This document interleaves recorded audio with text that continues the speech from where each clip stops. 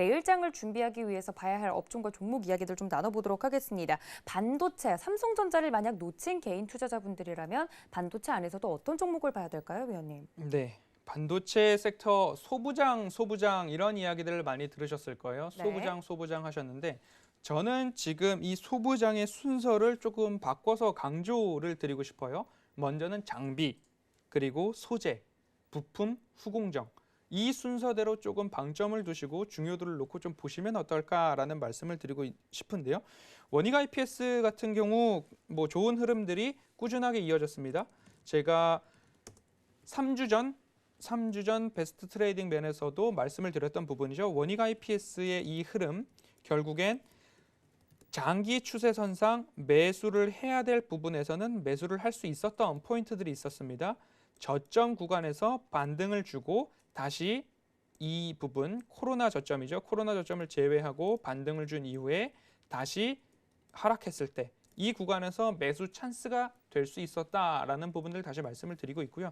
이 부분에서 결국엔 이 원익 IPS가 어디까지 상승을 할 수 있을까에 대한 부분들 큰 그림 속에서 조금 보셨으면 좋겠어요. 현재 뭐 중기 추세선상 작은 네모로 저는 표시를 하는데요. 이 부분에서 매도가 일어나고 있습니다. 매도가 일어나고 있는데 이 부분에서도 다시 한번 매도가 조금 나올 수 있다라는 부분들, 그리고 결국엔 연말 장세가 지난 이후에 가장 유망한 섹터 중에 대표적인 종목으로 원익 IPS, 원익 QNC, 그리고 원익 머티리얼즈, 원익 홀딩스, 뭐 그룹주들이 뭐 다 좋냐라고 말씀을 하실 수 있는데 결국엔 좋을 수밖에 없는 구조를 좀 가지고 있다라고 말씀을 좀 드리고 싶어요. 그런 부분들까지도 좀 살펴보셨으면 좋겠고요. 더 큰 장기 추세선으로 보신다고 한다면 이러한 그림 속에서 이 구간을 뚫고 나가는 큰 네모 상자, 큰 파란색 네모 상자에 대한 부분까지도 좀 살펴보신다고 한다면 그 부분까지도 도전해 볼 만한 종목이다. 결국엔 4만 원 이상을 돌파하고 가는데 그 돌파 시점이 올해냐 내년이냐. 내년도에 결국 이 반도체 섹터 중에서 장비 관련된 부분이 50% 이상의 추가 상승 여력이 있다라는 데이터들도 속출하고 있으니까요. 결국엔 이 반도체 섹터, 삼성전자를 못 샀다라고 한다면 반도체 섹터를 보시는데 그중에서도 장비 관련된 주를 좀 보시면 어떨까라고 좀 말씀을 드리고 싶습니다. 저는 소부장이 아니라 장비, 소재, 부품, 후공정 말씀을 드리고 싶습니다. 그리고 삼성전자에서 물량이 많으면 많아질수록 새로운 라인을 깔아야 되죠. 새로운 라인을 깔게 되면 장비가 들어갑니다. 새로운 라인을 까는 부분들이 좀 적다 하더라도 캐파가 커지면 결국엔 부품들이 들어갈 수밖에 없다. 소재와 부품들이 들어갈 수밖에 없다라는 부분까지도 좀 살펴보셨으면 좋겠습니다. 그리고 또 한 부분 좀 말씀드리고 싶은 부분은 스마트폰 관련된 섹터입니다. 스마트폰이요? 스마트폰 시장 규모가 저점을 좀 확인했다라는 시그널과 보고서들이 나오고 있습니다. 결국엔 가파른 성장성을 보일 수 있는 유망한 섹터다라고 말씀을 드리고 싶은데요. 코로나19로 인해서 다들 소비가 억눌려 있었습니다. 억눌려 있다가 소비가 좀 회복된 부분들이 다들 집 안에서 상주하고 있기 때문에 펜트업 수요라고 해서 결국엔 가전제품 그리고 가구와 리모델링에 관한 부분들 섹터에서 시세가 나온 그런 흐름이었습니다. 3월 저점을 찍고 다시 상승할 섹터가 스마트폰 시장이라고 말씀을 드리고 싶은데요. 시장 규모를 좀 살펴본다면 20년도에 13억 3천만 대로 19년 전년 대비 마이너스 10% 마이너스 성장률을 기록을 했습니다.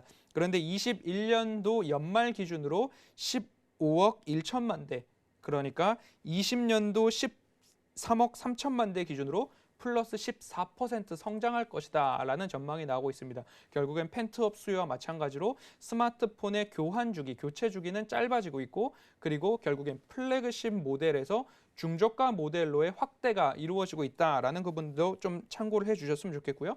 시장 규모는 그렇고 성장률로 이것을 또 환산해 보면 20년 2분기에는 마이너스 23% 성장률이었습니다. 20년 3분기 마이너스 6%, 20년 4분기에 마이너스 1%, 결국엔 올 3분기, 4분기가 최저점, 3분기에 마이너스 3% 성장률 최저점을 찍고 4분기부터 올라서긴 올라섰는데 아직까지는 마이너스 성장률이다. 다만 21년 1분기부터 플러스 18% 성장률, 21년 3분기가 되면 31% 성장률까지 올라간다라는 부분들 이야기를 하면서 중국에서의 소비 회복이 굉장히 유독 눈에 띈다라는 보고서들이 나오고 있습니다. 화웨이 스마트폰 생산량이 급감하고 있습니다. 19년도에 2억 4천만 대, 20년도에 1억 7천만 대, 21년도 내년에는 3천만 대밖에 못 판다라는 이야기가 나오고 있습니다. 결국엔 미국의 제재에 대한 부분들 그리고 5G 칩에 대한 부분만 제외하고 나머지는 풀어주겠다. 결국엔 화웨이에서 휴대폰 만들기 어렵다라는 부분들. 화웨이 제재 때문에 우리나라 삼성전자가 수혜를 보고 있고요. 화웨이에 밀려있던 중국 업체들 오포 이런 부분들에서 다시 그 수주들을 다 챙겨가는 그런 흐름들이 나올 것으로 보고 있습니다. 결국엔 중국에서 코로나가 시작되었다고 다들 보고는 있지만 빨리 일어서는 곳도 중국이라고 OECD 경제전망 보고서에서도 나오고 있는 것처럼 중국발 스마트폰, 무선기기 수요 회복을 조금 관심 있게 보면 좋을 것 같다라는 부분으로 스마트폰 말씀을 드리고 있고요. 스마트폰에 이제 들어가는 부분들입니다. 이제 여기서부터 제가 반도체 말씀드렸고요. 그리고 스마트폰, 무선기기 시장 말씀을 드렸습니다. 이 두 부분 또 말씀을 드릴 건데요. 스마트폰에 이어서 OLED 시장을 좀 보자고 말씀을 드리고 싶습니다. OLED 관련해서는 계속해서 기사가 또 나오고 있더라고요. 네, 그렇습니다. 시장이 더 좋아질 거라고요. 삼성전자에서 디스플레이 사업 부분에서 LCD는 내년 3월로 완전히 철수를 합니다. 완전 셧다운을 해버리는 그런 모습이고요. OLED 사업에 집중을 하겠다라고 그런 모습인데요. 앞서서 말씀드렸듯이 스마트폰 출하량이 늘어납니다. 그럼 스마트폰에 OLED 액정이 들어가고 있는 모습입니다. 아이폰 12 같은 경우에 OLED 패널이 들어가고 아이폰 12부터 시작해서 애플에서 생산하는 모든 아이폰에는 OLED 패널을 다 넣겠다라는 부분들 보고서로 발표가 된 부분들이 있습니다. 결국엔 스마트폰 시장이 14% 이상 늘어날 것으로 전망이 된다 그러면 거기에 들어간 부품 OLED 시장도 관심 있게 지켜보셔야 된다라고 말씀을 드리고 싶습니다. OLED 시장을 왜 관심을 가져야 되느냐? 폴더블 폰 기준이긴 하지만 이제 접었다 폈다도 하고 위아래도 접고 하잖아요. 액정이 결국엔 커졌다라는 이야기입니다. 액정이 커지고 있는 부분에서 스마트폰 한 대에서 원가 기준으로 봤을 때 OLED 패널이 차지하고 있는 그 가격이 30%를 차지한다는 그런 부분입니다. OLED 패널도 가격 조정이 좀 일어나고 있기 때문에 스마트폰 또한 가격이 줄어들고 있다. 그렇게 된다면 중저가 모델로 해서 수요에 따른 공급도 증가할 전망이다라고 좀 봐주셨으면 좋겠고요. 네. 21년도 스마트폰 증가량에 따라서 OLED 스마트폰 출하량도 올해 대비 27% 이상 성장할 것이다 라고 전망을 하고 있습니다. 결국엔 삼성전자가 LCD 디스플레이 쪽을 접고 OLED로 집중하는 데에는 그만한 이유가 있다라고 좀 살펴보셨으면 좋겠습니다. 이제 반도체, 스마트폰, 그리고 OLED까지 봤고요. 여기서 한 가지 더 팁으로 조금 더 말씀을 드리고자 한다면 네. 폴더블 스마트폰을 좀 보시면 좋을 것 같아요. 폴더블 폰 관련된 종목들이요? 네, 그렇습니다. 반도체 증가하고요. 네. 그리고 OLED 스마트폰 증가하고요. 거기에 맞춰서 OLED까지 말씀을 드렸는데요. 스마트폰이 증가하면 이제는 폴더블 폰에 대한 부분이 증가할 거다라고 말씀을 드릴 수 있어요.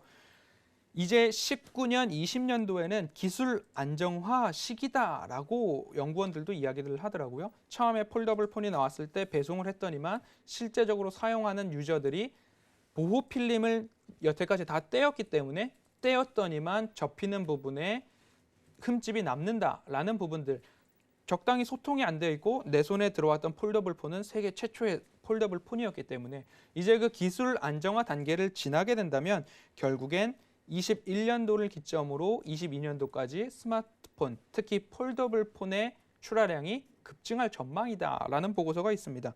폴더블 스마트폰 말씀드렸듯이 OLED 패널이 들어가고 그 폴더블 스마트폰의 원가의 30%를 OLED가 차지하고 있다. 그래서 플렉서블 OLED 패널의 가격 하락에 따라서 폴더블 스마트폰도 이제 뭐 250만 원, 300만 원대 스마트폰들이 200만 원 미만으로 가격 안정화가 이루어진다면 결국엔 소비자들도 그 폴더블 스마트폰을 많이들 선택할 수 있는 여지가 폭넓어진다. 그런 부분입니다. 보고서에 따르면 20년도 폴더블 스마트폰은 300에서 350만 대 판매됐다고 합니다.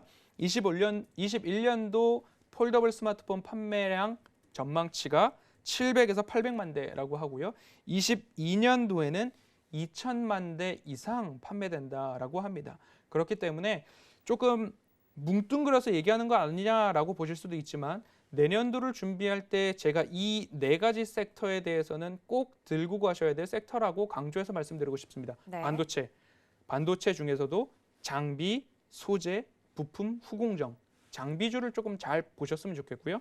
그리고 스마트폰, 무선기기에 대한 수요 회복에 따른 자연스러운 매출 증대까지 이어진다라는 거죠. 그리고 OLED, 그리고 폴더블 폰, 이 네 가지 섹터를 꼭 잘 챙겨 보셨으면 좋겠습니다.